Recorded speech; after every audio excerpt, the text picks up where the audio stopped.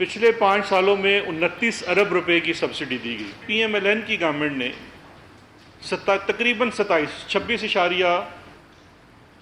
अरब रुपए की सब्सिडी दी। टार्जन बन के शाहिद खाकान अब्बासी साहब कमीशन के सामने भी पेश हुए थे, उन्होंने 20 अरब रुपए की सब्सिडी दी। एक साल में 300 अरब रुपए अवाम की जेबों से निकाले गए। चीनी इंक्वायरी रिपोर्ट की रोशनी में शहजाद अकबर ने साबिक हुकूमतों पर चढ़ाई कर दी। कहते हैं 5 साल में 29 अरब की सब्सिडी दी गई, 26.5 अरब की नून लीग के दौर में दी गई। शाहिद खाकान अब्बासी कमीशन के सामने टार्जन बनकर पेश हुए, उनके कारनामे भी रिपोर्ट में देख लें। अपोजिशन के मुस्तरद करने से रिपोर्ट को सनद मिल गई।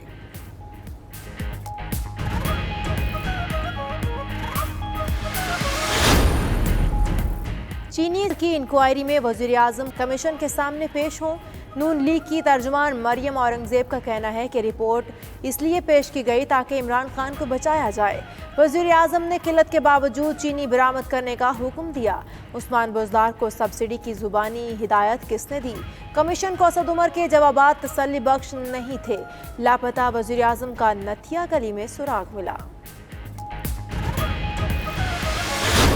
वज़ीर-ए-आज़म इमरान खान का ट्वीट। मजीद लिखा कि भारत के चीन और नेपाल के साथ सरहदी तनाज़ात और बांग्लादेश शहरियत कानून से मुतासिर है।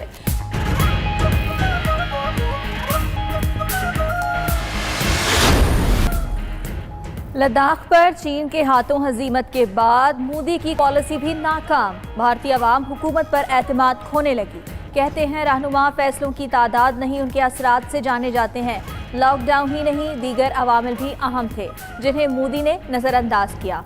न्यूयॉर्क टाइम्स की रिपोर्ट ने पोल खोल दिया।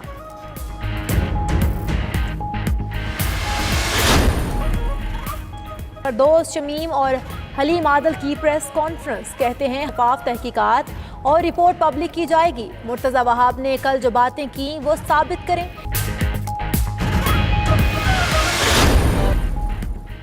वज़ीर आला पंजाब उस्मान बुज़दार ने सूबाई वुज़रा से कारकर्दगी रिपोर्ट तलब कर ली। आइंदा हफ्ते तमाम वुज़रा की कारकर्दगी जांचेंगे। उस्मान बुज़दार कहते हैं तनकीद करने वाले अनासर ज़मीनी हक़ाइक़ से लाइल्म हैं।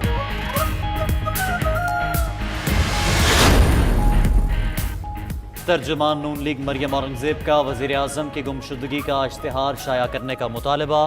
मुअव्विन खुसूसी शहबाज गिल ने रद्द-ए-अमल दिया कि मरियम औरंगजेब इश्तिहार ज़रूर दें, पर मुल्क से फरार नून लीगी क़यादत और मुल्क की दौलत लूट कर बनाई गई प्रॉपर्टी की वापसी का इश्तिहार दें।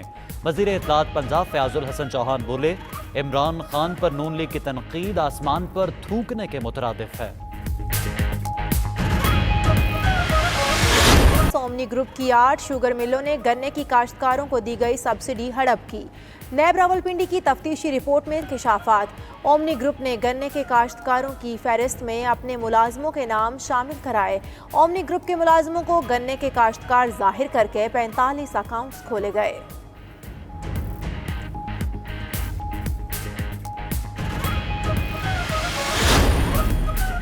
ईद की छुट्टियां खत्म, इजाफी वक्त तक कारोबार की सहूलत भी खत्म। पंजाब और खैबर पख्तूनख्वा में मार्केट्स और शॉपिंग मॉल्स शाम 5 बजे बंद करने के फैसले पर अमल दरामद शुरू। मार्केट्स और शॉपिंग मॉल्स पीर से जुमेरात तक सुबह 9 से शाम 5 बजे तक खुलेंगे। मेडिकल स्टोर्स 24 घंटे और बेकरीज रात 10 बजे तक खुली रहेंगी। उधर पेशावर में ताजरों का शाम 5 बजे दुकानें बंद करने से इनकार।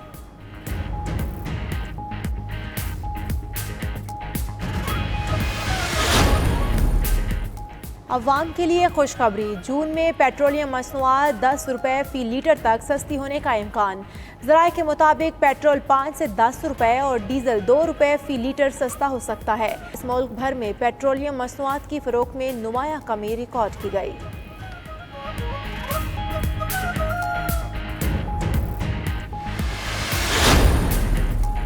मुर्गी का गोश्त ईद के बाद भी अवाम की पहुंच से दूर। ब्रायलर का फी किलो निर्ख 350 रुपए से नीचे ना आ सका। लाहौर, मुल्तान समेत शहर शहर मुर्गी फरोश मनमानी कीमत लेने में मसरूफ। इंतजामिया बेबस। शहरियों ने हुकूमत से मुर्गी के गोश्त की कीमतें कम कराने का मुतालबा कर दिया।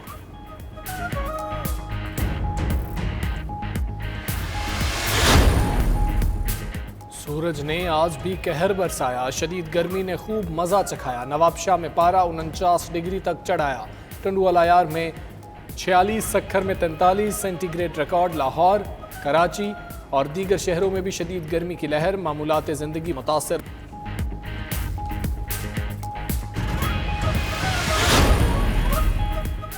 और T20 वर्ल्ड कप के इल्तवा की खबरों की तरदीद। ICC के मुताबिक मुख्तलिफ न्यूज़ चैनल्स पर जो खबरें नशर हुई हैं उनमें कोई सदाकत नहीं। रवा साल ऑस्ट्रेलिया में होने वाले इवेंट की तैयारियां जारी हैं। इवेंट के मुतालिक मजीद फैसले कल ICC बोर्ड के इजलास में किए जाएंगे।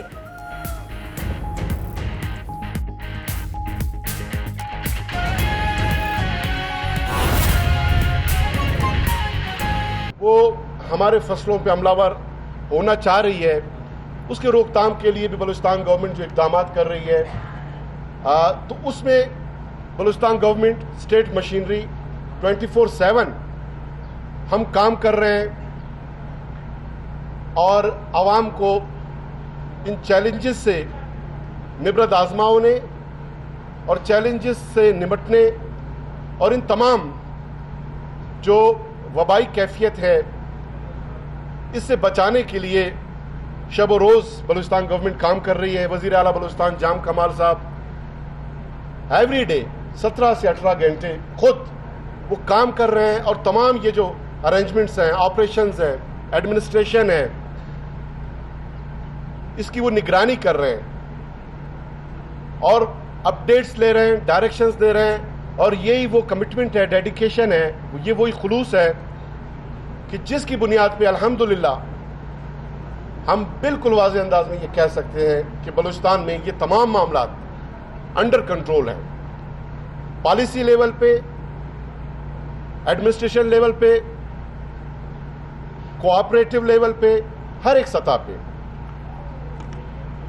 और कोरोना के तदारुक के लिए हम बलूचिस्तान के आवाम से अपील भी करते रहे, गुजारिशात भी करते रहे और गवर्नमेंट अपनी जिम्मेदारियां भी पूरी करती रही है। पॉलिसी भी बनाते रहे, लॉकडाउन भी किया, कुछ सेक्टर्स बाद में रिलैक्स किए, फिर स्मार्ट लॉकडाउन किया, आवाम के मुश्किलात को मद्देनज़र रखते हुए, ताजिर बरादरी के मामलात को, उनके इश्यूज को मद्देनज़र रखते हुए आवाम ने गो के अवाइल में SOPs पे ज़्यादा अमल दरामद नहीं किया।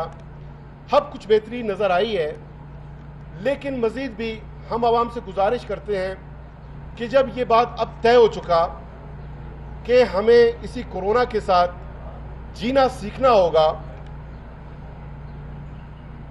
वरना कोरोना हमें जीने नहीं देगा।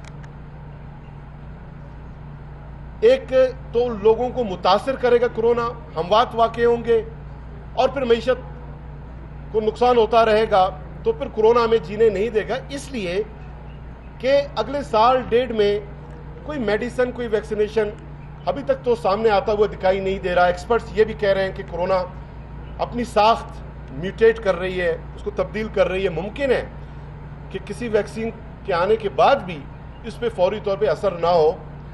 और बहुत सारे इस तरह के वायरस हैं, पोलियो भी अभी तक चल रहा है और इस तरह की बीमारियां हैं, लोग उनके साथ जी रहे हैं, ट्यूबरकुलोसिस है। लेकिन यह है कि SOPs का उसको ऑब्जर्व करना, उस पर अमल दरामद ज़रूरी है। SOPs पे अमल दरामद करेंगे तो कोरोना के साथ जीना हम सीख जाएंगे। SOPs पे अमल दरामद नहीं करेंगे तो कोरोना हमें जीने नहीं देगा, ये बात तय है। अब ये SOPs बड़ी सिंपल है कि आपने मास्क इस्तेमाल करना है, मिनिमम 1 मीटर का आपने सोशल डिस्टेंस रखना है और हाथ धोने हैं। इसके अलावा कोई मुश्किल SOPs तो है नहीं। हमारे जो ब्लड प्रेशर, हाइपरटेंशन के पेशेंट्स हैं, आप देखें वो इसी बीमारी के साथ साथ अपनी ज़िंदगी गुजारते हैं, वो टैबलेट्स लेते हैं, परहेज करते हैं और इसी तरह ज़िंदगी गुजारते हैं। हमारे जो सर्विकल के पेशेंट हैं, वो जो है जो सर्विकल जो नेक ट्रैक्शन है, जो एक इंस्ट्रूमेंट इस्तेमाल होती है सर्वाइकल के पेशेंट्स के लिए, जिसको सर्वाइकल होता है वो गले में वो डाल के हफ्तों उसी के साथ वो जिंदा रहना सीखता है। किसी का हाथ जो है फ्रैक्चर होता है तो जो बैंडेज उस हाथ पे किया जाता है, हम सब जानते हैं, हाथ गले में उसको बांधना पड़ता है।